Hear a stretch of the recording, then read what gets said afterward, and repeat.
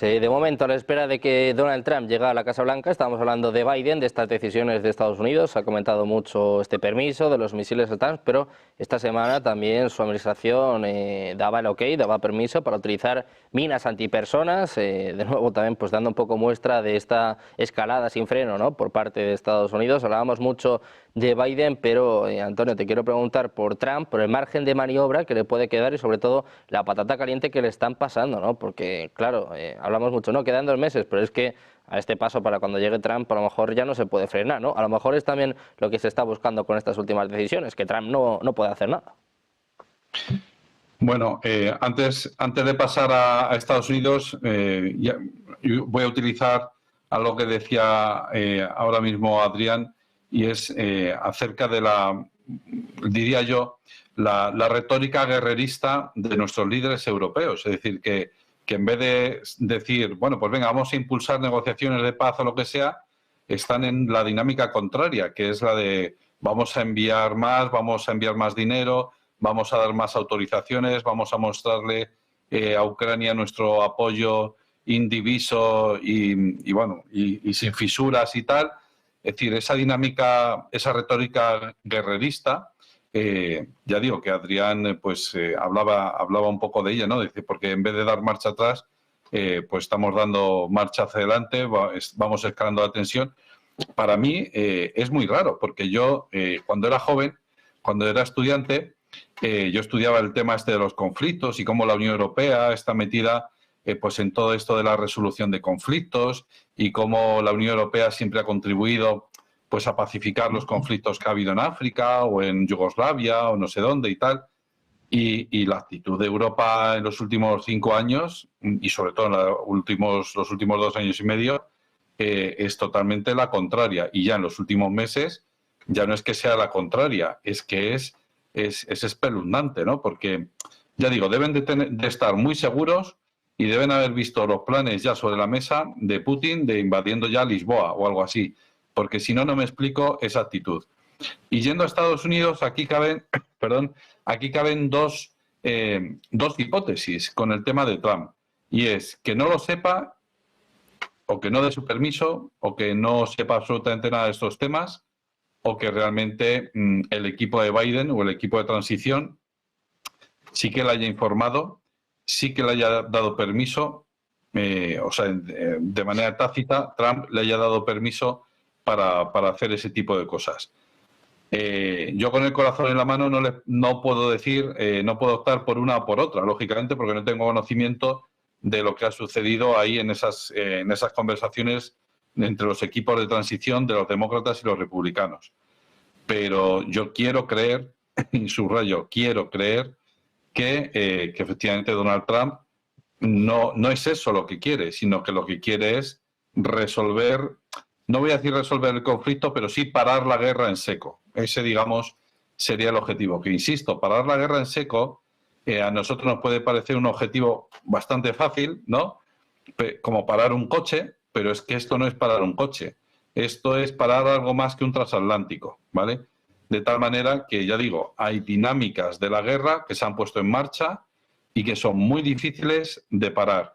Y por más que Donald Trump llegue el 20 de enero, asuma el poder, dando todo eso, por supuesto, y que efectivamente quiera parar todo esto, va a ser muy difícil, porque no hay que olvidar que en este conflicto hay dos partes, una es Rusia y otra es Estados Unidos.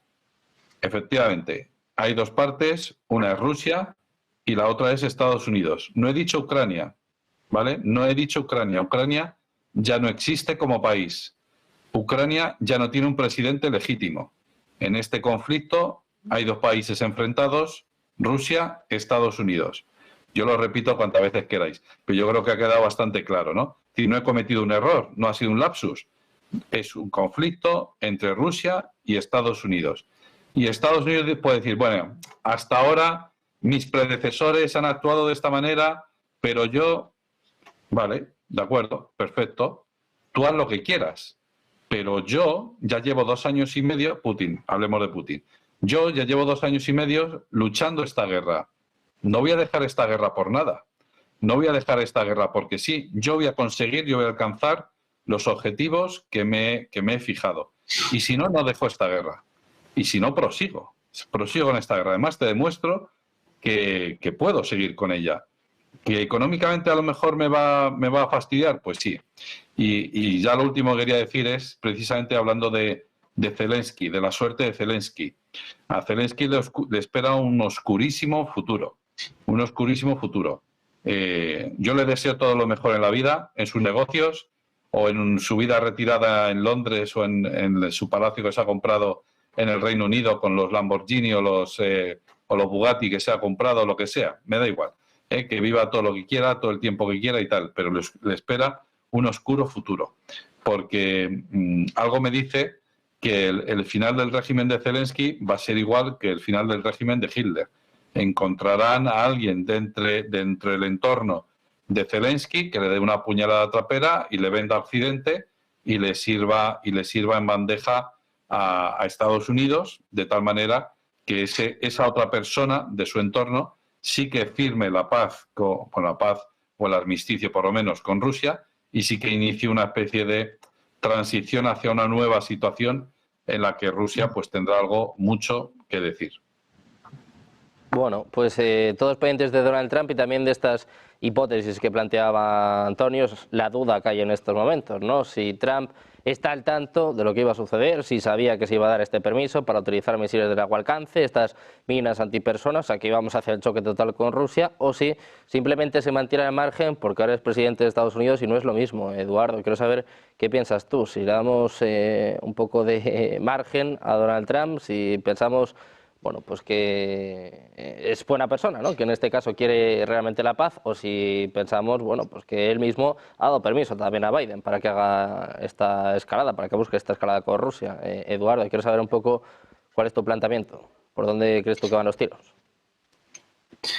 Yo creo que el planteamiento no es considerar si Donald Trump es buena o mala persona, es honesto o deshonesto, sino si los intereses de Donald Trump pasan por perpetuar la guerra de Ucrania. Y yo creo, yo lo he seguido durante muchos años a Trump. Yo he leído incluso libros escritos por él, o al menos firmados por él, explicando el noble arte de la negociación. Creo que él se quiere quitar esa patata caliente como sea, que es Ucrania. ¿Por qué? Pues porque tiene dos frentes abiertos, uno en Oriente Próximo y otro en China. Y a diferencia de Rusia, China tiene con él no una guerra militar, como ha señalado Antonio. Es que tiene una guerra económica, tiene una guerra comercial, tiene una guerra cultural, tiene una guerra a todos los niveles tecnológica. O sea, y quiero recalcar que la guerra tecnológica no se va a parar ya nunca, jamás en la historia. Aunque no siga muriendo gente, nos seguiremos encontrando con desastres cibernéticos, ataques, hackeos, etcétera. Yo creo que quiero pensar y creo que hay razones para pensar así, que lo que más le interesa a Trump es concentrarse en su lago trasero, que es el Pacífico, ¿no? Es decir, que es donde realmente lo tiene mal.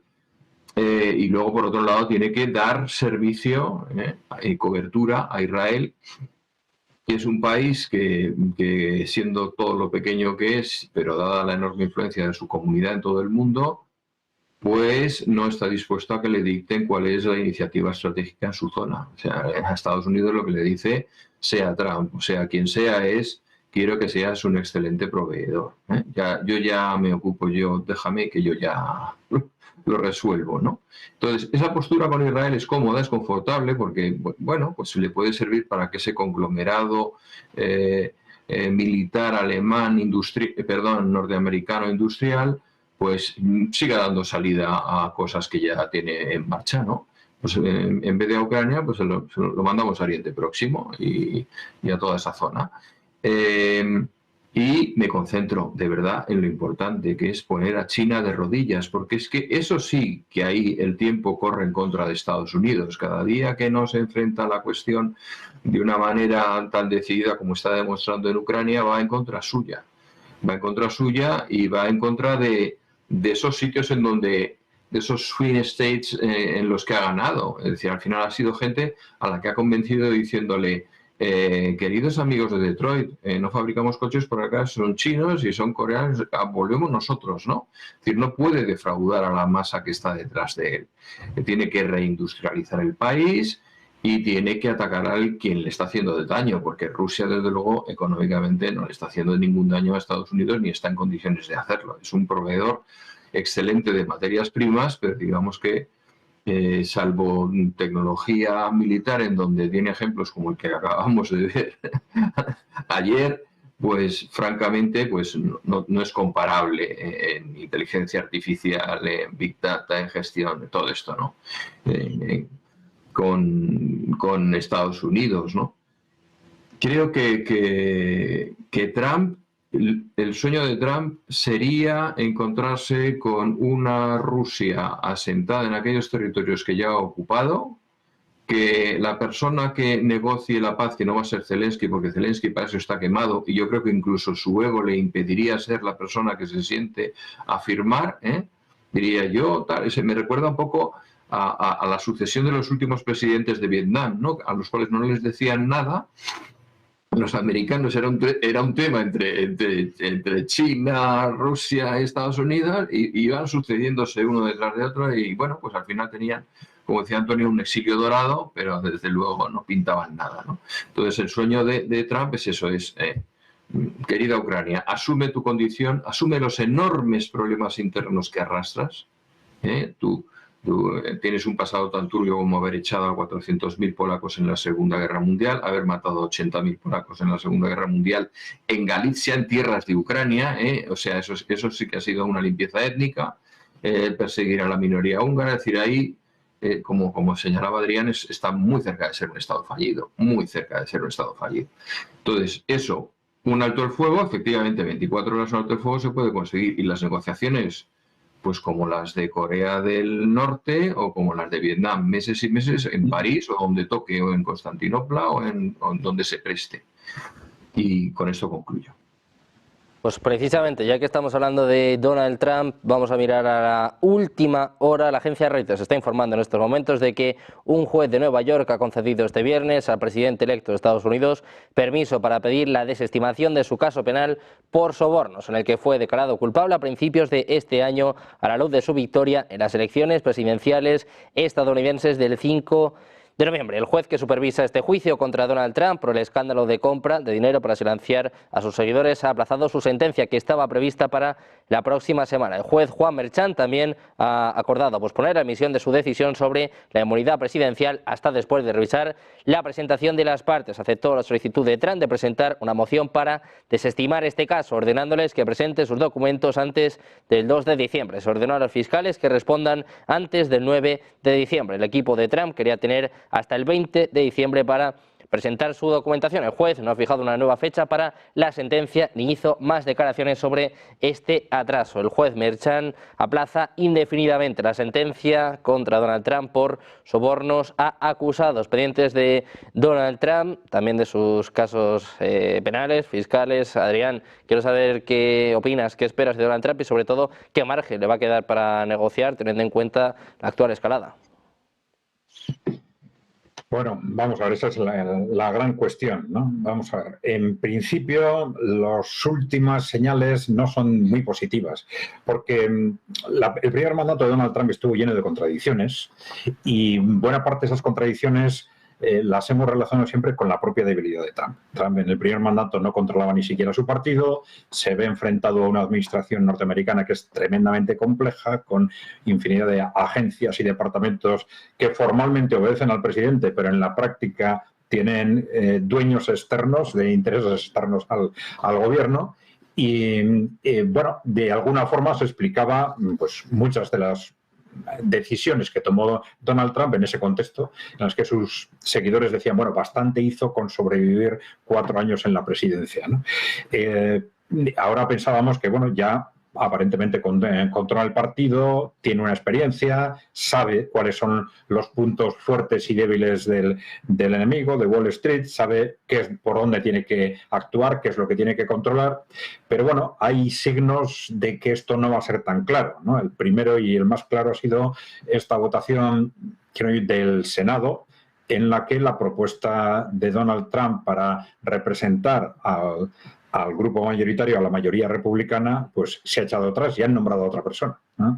Claro, esto es un síntoma de que no es tan claro ni mucho menos ese control del Partido Republicano y en concreto del Senado por parte del trumpismo, ¿no? Y esto nos acercaría a un contexto en el que podemos esperar quizás un segundo mandato que, igual que el primero, no sé si tanto, pero igual que el primero, esté lleno de contradicciones, de gestos que parecen una cosa y luego son otra, o de nombramientos que se hacen para luego deshacerlos 3 meses después. Y claro, esto también nos deja en una incógnita mucho mayor. Claro, los primeros nombramientos ya en sí mismos han sido contradictorios, porque tenemos personas claramente belicistas, sobre todo en el ámbito de la política exterior, frente a luego otras personas claramente antiguerra y, digamos, anti-Wall Street, por decirlo de alguna forma, pues como Tulsi Gabbard al frente de los servicios de inteligencia. No sé estas personas cómo van a convivir entre sí y cómo van a ser compatibles las políticas que desarrollen. Pero, bueno, esto también nos puede reflejar, nos puede indicar que quizás en el momento en que llegue al poder va a seguir jugando como jugaba en el primer mandato. Y sí, bueno, he nombrado a estas personas para llevarme relativamente bien con un determinado sector, pero bueno, pasan 3 meses, ya no los necesito, le quito. Y ahora pongo a otra persona porque ahora me interesa transmitir una imagen distinta o hacer unas políticas que con este no podía hacer. Bueno, pues da toda la sensación de que nos vamos a encontrar con un contexto de cierta forma similar. Sí hay que pensar, primero, que Donald Trump sí va a tener más fuerza, no sabemos hasta qué punto, más fuerza que en el primer mandato, y segundo, que por lo menos, aunque sus políticas sean todo lo contradictorias que sean y todo lo extrañas o llamativas que sean, pero sí es cierto que en el primer mandato consiguió lo más importante, que es no empezar ninguna guerra, ¿no? Y si consigue eso en el segundo mandato, solo con eso pues ya justifica todas las contradicciones en las que incurra a todo lo largo de su mandato en otras áreas. Yo creo que con eso hay que contar. Su apuesta no solo a la hora de defender su candidatura ha sido muy fuerte en ese sentido, ¿no? Conmigo no va a haber guerras, conmigo no va a haber guerras. Justo después de salir elegido, cuando ya no tenía esos compromisos directamente electorales, este fue su primer mensaje: conmigo no va a haber guerras. En principio tenemos que pensar que esto es así. La cuestión no es lo que nosotros pensemos, sino que en este momento la clave es qué es lo que piensa Rusia. Si Rusia se lo cree o no se lo cree. Rusia, yo estoy seguro de que tiene que tener información de todo tipo en este sentido, no ya directamente de Trump, sino indirectamente de los contactos que existen entre los servicios de inteligencia o entre los ejércitos en principio no solo de Rusia y Estados Unidos, pero fundamentalmente, evidentemente, de esos países. Y durante estos años han tenido que construir unas bases suficientes de confianza o de desconfianza para tener una seguridad suficiente sobre en qué se apoyan o no se apoyan a la hora de tomar decisiones absolutamente claves que tienen que tomar estos 2 meses, como responder a Occidente de forma contundente o retrasar la respuesta hasta el 20 de enero. Ellos se están jugando el propio futuro del país en ese retraso y, desde luego, no lo van a hacer sin estar absolutamente seguros de a qué están apostando. Yo doy por supuesto que lo saben, y esto es lo que me hace, sobre todo, tener confianza en que el nuevo mandato de Donald Trump va a responder a ese concepto, si se quiere, aislacionista de Estados Unidos, que es compatible con la paz y con ese proyecto de mundo multipolar. Es el que tanto sus enemigos como digamos sus amigos, estos, por ejemplo, demócratas que han cambiado de bando, como Tulsi Gabbard o Robert Kennedy, o los países emergentes, da la sensación de que todos están dando por supuesto que efectivamente el mandato de Donald Trump va a responder a esas coordenadas. Entonces, frente a todas las dudas que podamos tener, yo creo que esa es para mí la referencia más importante para pensar que efectivamente esto va a ser así. Pues todos pendientes de Donald Trump, también de esta escalada en Ucrania y sobre todo cuánto margen le va a quedar cuando llegue a la Casa Blanca. Muchísimas gracias a los tres por estar con nosotros, Antonio, Eduardo, Adrián. Muchísimas gracias, buena tarde, buen fin de semana. Igualmente.